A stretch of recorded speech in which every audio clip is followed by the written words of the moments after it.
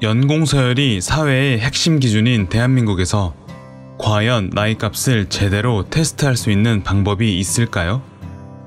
부족하지만 제 생각으로는 훈수와 훈계의 차이를 이해하고 있으면 나이를 불문하고 최소한 어른이라고 불릴 자격이 있는 것 같습니다.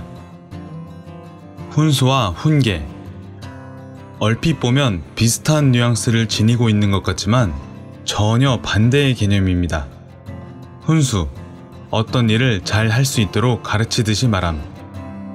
훈계, 잘못하지 않도록 타일러 주의시킴. 대부분 꼰대라는 개념은 엄밀히 말하면 훈계를 하면서 훈수를 둔다고 착각하는 사람들을 지칭합니다. 사실 좋은 훈수를 두기란 어렵습니다. 내 인생 하나 건사하기도 힘든데 남의 인생 잘 되도록 조언해주는 게 과연 쉬울까요? 그래서 실질적으로 대부분의 좋은 훈수는 감정에 휩싸이지 않고 객관적으로 바라봐주는 것이 80%입니다.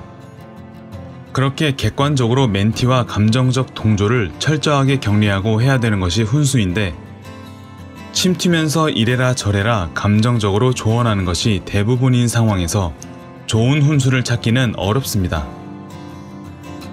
단순히 많이 아는 사람이 아니라 감정에 쉽게 휩싸이지 않는 냉철한 사람이 좋은 멘토일 확률이 높겠죠. 사실 훈수는 크게 문제가 되지 않습니다. 폭죽인 줄 알았는데 잘못 터뜨리면 핵폭탄으로 변하는 게 훈계입니다. 훈계를 하는 것은 쉬워 보입니다. 보편적으로 잘못되었다고 여겨지는 일에서 벗어나는 방법에 대하여 조언을 주면 끝입니다. 하지만 대부분이 다름을 틀림으로 규정해버립니다. 자라온 환경과 상황에 따라 기준이 다른 것인데, 자기의 경험이나 기준에서 벗어났으면 틀림으로 판단하면서 문제가 발생합니다. 흔한 예로 요즘 애들은 스마트폰 중독이다를 생각해 봅시다. 맞는 말인 것 같지만 엄밀히 말하면 틀린 문제는 아닙니다. 그냥 보편적 기호가 다른 것뿐이죠.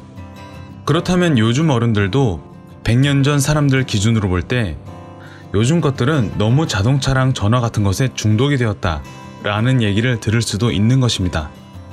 심리길 정도는 다 걸어다녀야 기본 아니었던가요? 좋은 훈계의 예를 들어보면, 만약 스마트폰 중독에 대해서 정말 훈계를 하고 싶다면 디지털 치매나 생각하지 않는 사람들 같은 책들을 읽고 뇌과학적으로 스마트폰을 너무 자주 쓰면 뇌에 어떤 악영향이 있는지 설명해 주는 것이 합리적인 훈계가 됩니다. 그러면 조언받는 사람도 더 잘 받아들이고 심지어 고마워할 것입니다. 마지막으로 나이에 관하여 사회에 팽배한 아주 잘못된 오해는 연령이 높으면 이해도 또한 더 높을 것이라는 착각입니다. 논리의 문제는 어느 정도 독립적으로 사고할 수 있는 수준이 되면 나이와는 크게 상관이 없습니다. 프로 바둑기사의 세계를 보면 알 수 있듯이 오히려 젊은 사람의 두뇌 회전이 더 빠른 경우가 많습니다. 그렇다면 나이를 먹는다는 것은 생물학적으로 죽음에 가까워진다는 바로미터밖에 안 되는 것일까요? 그렇지 않습니다. 나이는 인생의 경험과 비례할 확률이 높다고 보는 게 맞겠죠. 보통 경험이란 것은 시간이 지나면 저절로 쌓이는 줄 아는데, 경험의 정의를 살펴보면 절대 그렇지 않습니다. 경험은 자신이 실제로 겪어보고 거기서 얻은 지식이나 기능을 말하는 것입니다. 의식적으로 노력하지 않아서 지식이 축적되지 않은 경험들은 세월만 흘려보낸 경우이지 절대 제대로 된 경험이 아닙니다. 경험은 논리의 문제가 아니고 시간과 시도의 문제이기 때문에 나이가 많은 사람들이 가장 많이 가질 확률이 높아야 하는 것입니다. 그래서 나이값을 인정받고 싶다면 경험의 풍부함을 증명해야 하는 것입니다. 그렇다면 어른의 필수인 경험은 어떻게 증명이 될까요? 바로 신중함입니다.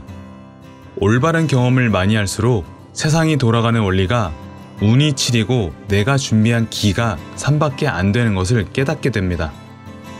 또 예상하지 못한, 보이지 않는 리스크들이 너무 많아서 무언가 하나 성공한다는 것은 생각보다 훨씬 어렵다는 사실을 깨우칠 때 우리는 성숙해진다고 말할 수 있겠죠.